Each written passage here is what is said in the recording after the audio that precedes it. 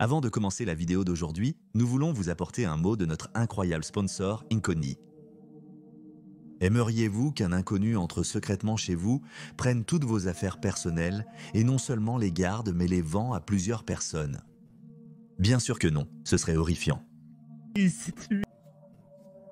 Mais cela se produit tous les jours en ligne avec les violations de données.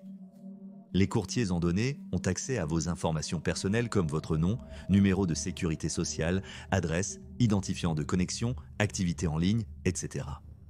Ils peuvent ensuite les vendre à des entreprises ou même à des criminels. Cela a été un gros problème pour moi par le passé.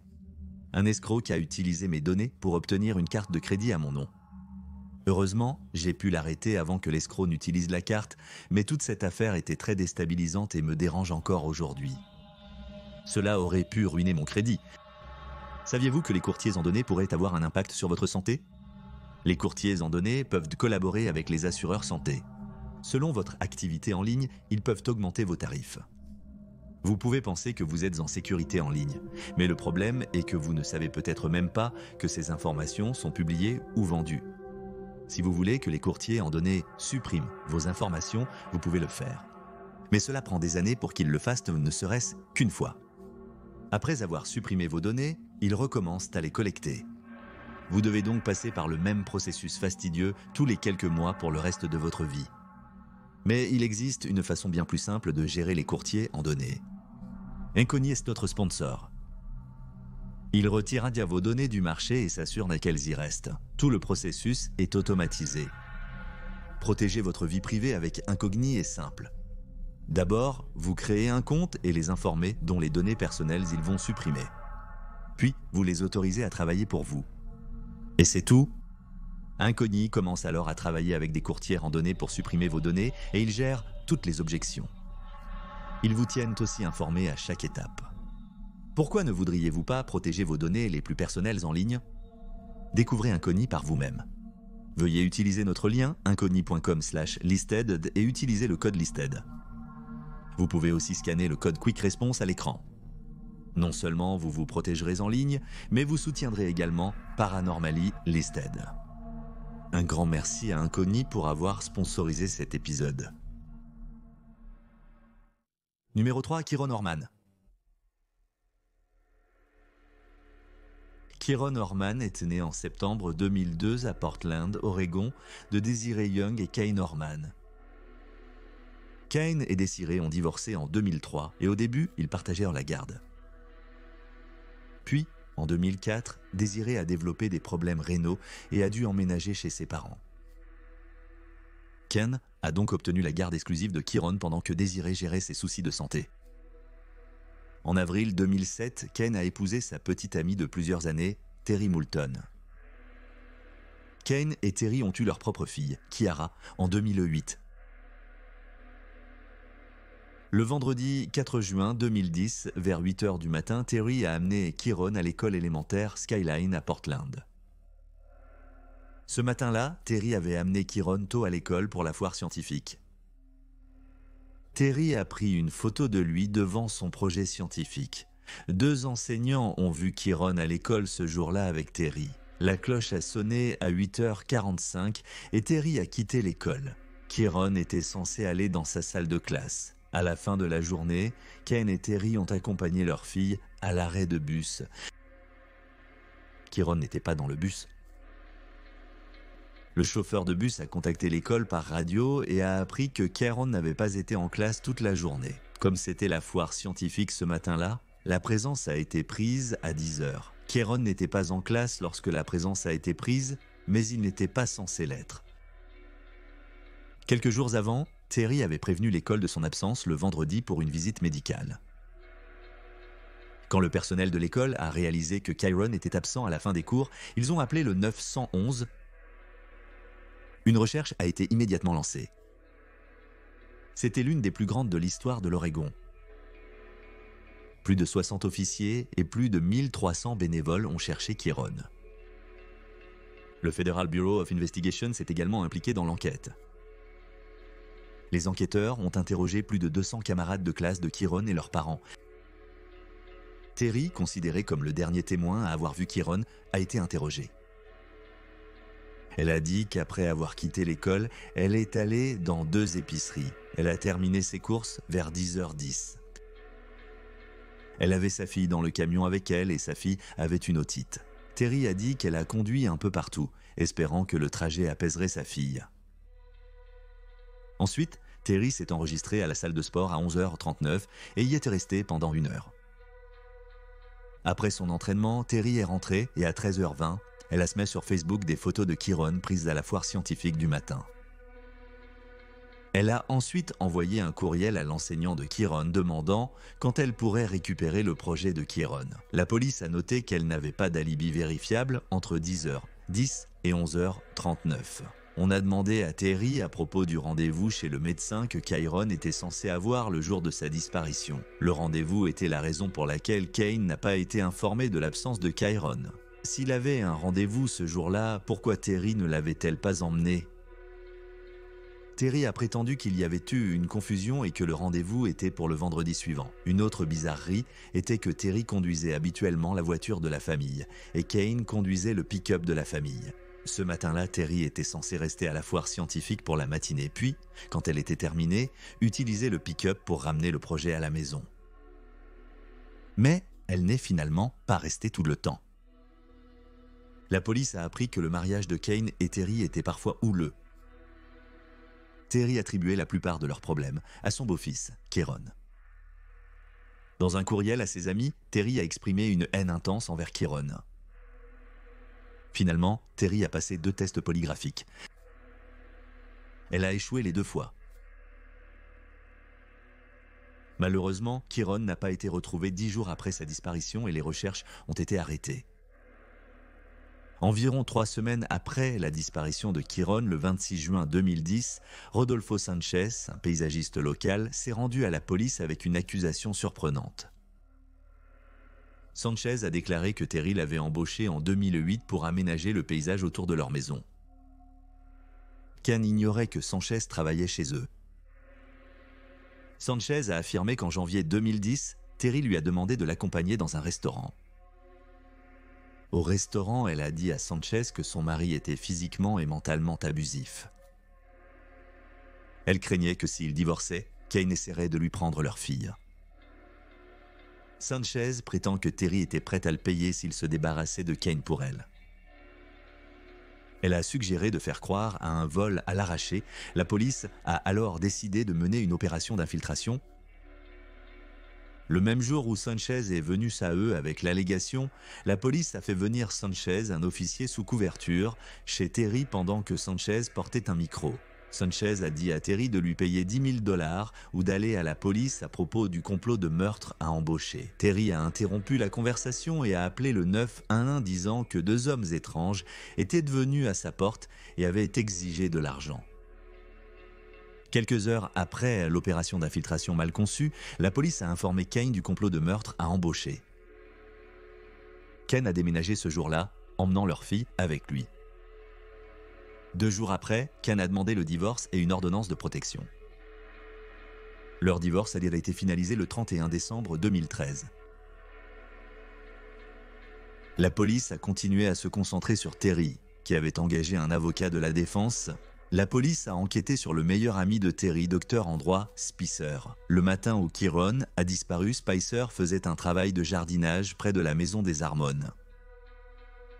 Vers 11h30, elle a disparu de son travail. Elle a été portée disparue pendant les 90 minutes suivantes.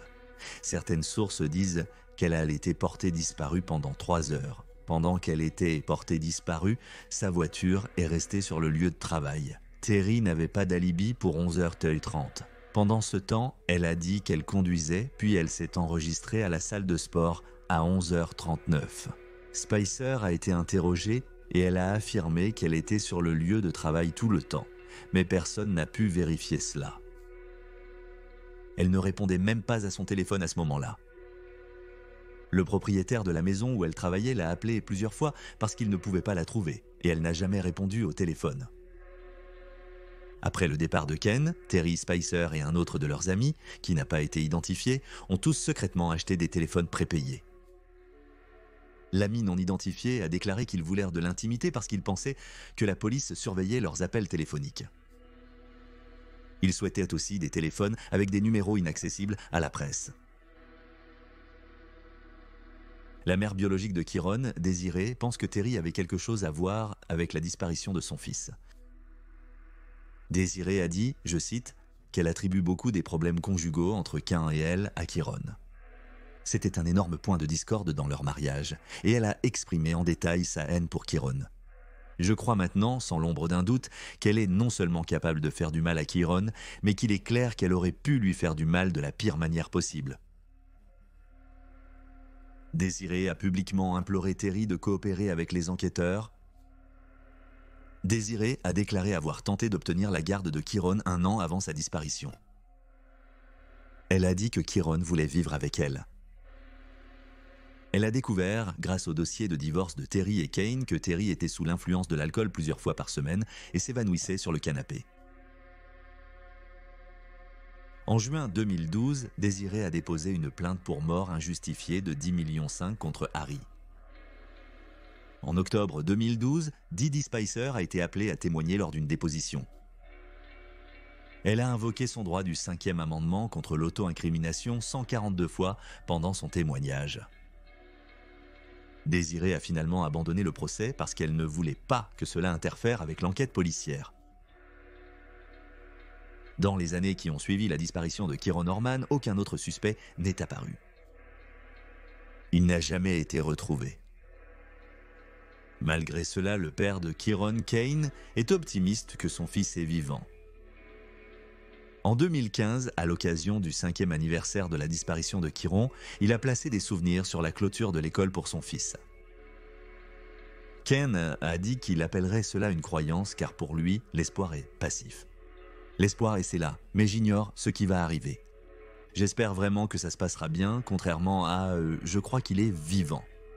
C'est une déclaration bien différente, fin de citation.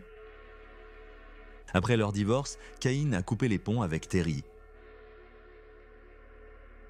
L'affaire est toujours en cours au département du shérif du comté de Multnomah.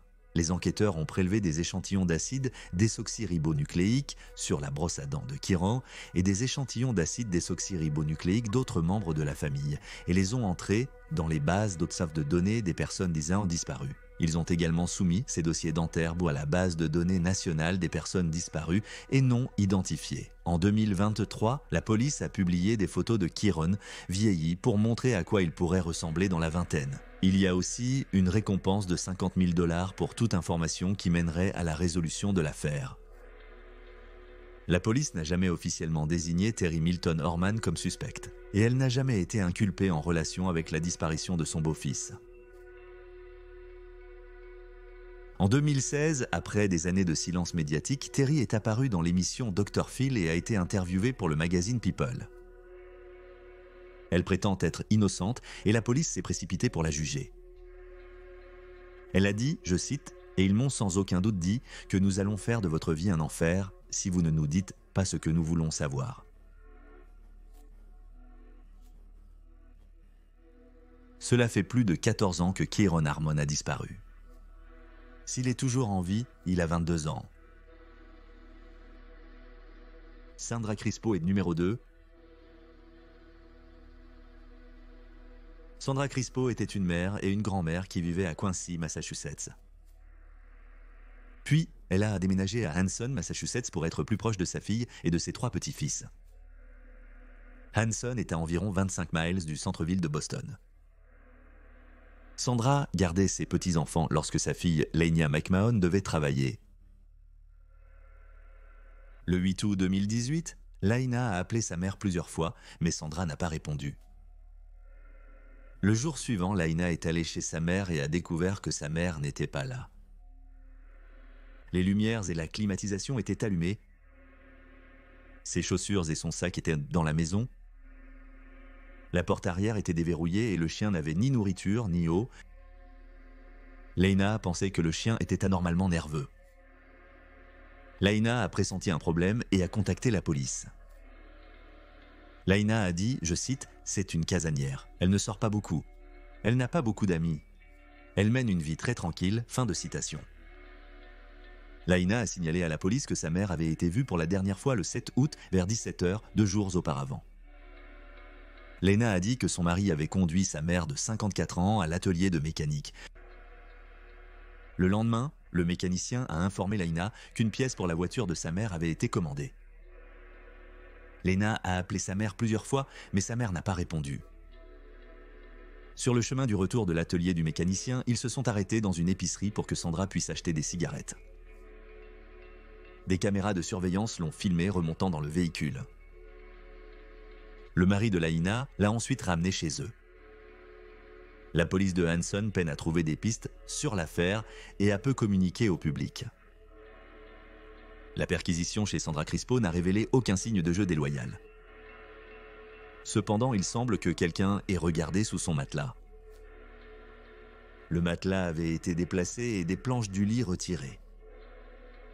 Une recherche massive a été lancée pour la grand-mère de 54 ans. Les officiers de police ont prospecté 16 rues, examiné les images de surveillance de la zone et mené des entretiens de porte-à-porte avec les résidents. La police a également utilisé des chiens pour fouiller les zones boisées. Des drones sous-marins ont été utilisés pour fouiller les marais. Malheureusement, il n'y avait aucune trace numérique à enquêter car Sandra ne possédait ni téléphone portable ni ordinateur. Son compte bancaire n'a pas été utilisé depuis sa disparition. En 2022, Sandra Crispo avait disparu depuis 3 ans. Gina Foley, amie de Laïna McMahon et étudiante en cinéma à l'université Lesley, a réalisé un court documentaire sur la disparition de Sandra Crispo. Gina Foley a déclaré « C'était une histoire cruciale à l'époque. Nous regardions les actualités tous les jours et voulions en savoir plus. Cela m'a touché personnellement parce que vous ne pouvez pas vous empêcher de vous identifier d'une certaine manière à ce que vous feriez pour votre propre mère dans cette situation. » Fin de citation. Le documentaire « Quelqu'un sait quelque chose » a été posté sur YouTube en 2022. La vidéo de 8 minutes montre la fille de Sandra et son gendre parlant des événements du jour de sa disparition. Dans la vidéo, Lena déclare qu'elle croit que sa mère a été victime d'un acte criminel. Elle a parlé de comment sa mère et les frères et sœurs de sa mère se sont disputés à propos de l'argent de l'héritage du père de Sandra. En octobre 2024, la vidéo a été vue plus de 10 000 fois. Au moment de cette vidéo, si Sandra Crispo est toujours en vie, elle a 59 ans. Lars. Mi-Tank est né à Berlin, en Allemagne, en février 1986. À l'été 2014, il vivait à Isoe, qui se trouve dans le nord de l'Allemagne. Mi-Tank menait une vie apparemment normale. Il travaillait dans une centrale électrique locale. Il avait des amis et une petite amie et soutenait son équipe de football locale, Werner Bremen. Mi-Tank était proche de ses parents et leur rendait visite souvent. Après que son père ait eu un accident vasculaire cérébral, il a aidé à la maison. Le 30 juin 2014, Lars Mi-Tank, âgé de 28 ans, a voyagé avec 5 amis d'école vers la côte nord de la Bulgarie. La Bulgarie est un pays des Balkans bordé par la Grèce, la Turquie, la Serbie, la Macédoine du Nord et la Roumanie. Les 5 jeunes d'une vingtaine d'années ont séjourné au Golden Sands Resort à Varna, en Bulgarie. Le voyage devait être une escapade amusante pour Mi-Tank et ses amis. Le groupe a fait des choses typiques que font les touristes dans la vingtaine, comme traîner sur la plage, jouer au football et sortir en boîte de nuit. Lors de la dernière nuit du voyage, Mi-Tank a eu une dispute avec 4 hommes allemands dans un bar à propos du football. Mi-Tank pensait que Werner Bremen était le meilleur, contrairement aux autres hommes qui préféraient le Bayern Munich. Mi-Tank a ensuite quitté le bar sans ses amis. La prochaine fois qu'il les a vus, c'était le matin suivant à l'hôtel. Il avait une mâchoire blessée et un tympan perforé. Ce qui est arrivé à Mi-Tank après avoir quitté le bar n'est pas clair car ses amis ont des versions différentes. Certains d'entre eux ont dit que Mi-Tank leur avait dit que les 4 hommes du bar l'avaient battu. Les autres amis ont dit que Mi-Tank leur avait dit qu'il avait été battu par quelqu'un engagé par les 4 hommes. Mi-Tank a vu un médecin qui lui a prescrit 500 mg de l'antibiotique Cefprozil pour aider avec ses blessures. Le médecin a recommandé de rester en arrière pendant que ses amis volaient vers Hambourg, Allemagne. Les amis de Matang lui ont proposé de rester, mais il a insisté pour qu'il continue sans lui. Matang s'est enregistré dans un hôtel bon marché près de l'aéroport. Selon ses amis, Matang était détendu et de bonne humeur à leur départ. Mais après leur départ, l'attitude de Matang a complètement changé. Les caméras de l'hôtel ont capté Matang arpentant le hall et se dissimulant dans les ascenseurs. Il a quitté l'hôtel vers minuit et est revenu quelques heures après. Matang a également appelé sa mère, lui chuchotant que quelqu'un essayait de le voler et de le tuer. Sa mère a plus tard dit à la télévision allemande, je cite, « Je pensais Dieu, mon fils est en danger. Je pouvais entendre son cœur battre au téléphone. » Il a dit que des gens essayèrent de le voler ou de le tuer. Fin de citation. Par la suite, Matang lui a envoyé un texto demandant des détails sur ses médicaments et l'invitant à annuler ses cartes bancaires. Matang a encore dit à sa mère que des gens le poursuivaient. La mère de Matang lui a réservé un billet d'avion et aussi un billet de bus au cas où il ne pourrait pas prendre l'avion. Elle lui a également envoyé 500 € qu'il n'a jamais déposés sur son compte bancaire. Le 8 juillet 2014, Matang a pris un taxi pour l'aéroport de Varna et est entré à l'intérieur. Des images de vidéosurveillance montrent qu'il ne semblait subir aucune contrainte. Il a envoyé un message à sa mère pour lui dire qu'il était bien arrivé à l'aéroport. Il a vu un médecin de l'aéroport qui a examiné ses blessures. Il l'a autorisé à voler. Cependant, il a noté que Matang semblait nerveux et l'a interrogé sur ses médicaments. Des équipes de construction rénovaient des parties de l'aéroport et un ouvrier du bâtiment a entendu Matang parler avec le médecin. Selon l'ouvrier, Matang a dit, je cite, « Je ne veux pas mourir ici. J'ai alors… » Soudainement, Matang a quitté le cabinet du médecin, laissant toutes ses possessions derrière lui, y compris son téléphone et son passeport, a sprinté hors de l'aéroport et a escaladé une clôture vers une zone boisée. C'était la dernière fois que quelqu'un a vu Lars Matang. La disparition de Matang a captivé l'Internet. On l'a appelé la personne disparue la plus célèbre sur YouTube. D'aucuns pensent que Matang a fui pour recommencer à zéro. Une autre théorie est que Matang était impliqué dans une opération de trafic de drogue dont sa famille n'était pas au courant. Il y a d'autres théories selon lesquelles il était impliqué dans le crime organisé où il a été kidnappé pour que ses organes soient prélevés pour le marché noir. Mais il y a peu de preuves pour soutenir l'une ou l'autre de ces théories. Une autre théorie est que Matang a été assassiné par les personnes gardes de l'altercation.